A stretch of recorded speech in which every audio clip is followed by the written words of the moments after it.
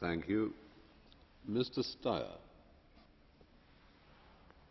Gospodine predsjedniče, evo pozdravljam izvješće kolegice Ayuso. Mislim da digitalizacija zdravstvenog sustava doista se pokazala kao jedan alat kojim se postižu značajne uštede, ali se istovremeno omogućuje pacijentima i brži i transparentan pristup podacima. Na primjer, u Hrvatskoj u siječnju 2011.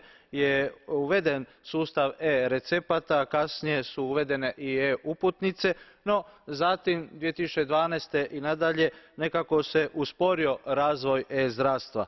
Stoga podržavam ovaj akcijski plan Komisije i ovo izvješće, a posebice one dijelove koji se bave sprječavanjem još većeg produbljivanja jaza dostupnosti zdravstvenih usluga među građanima Europske unije. Moramo doista intenzivnije raditi na širenju pristupačnosti širokopojasnih usluga u udaljenijim područjima i na taj način omogućiti svim građanima Europske unije jednak pristup e-zdravstvu. Hvala vam.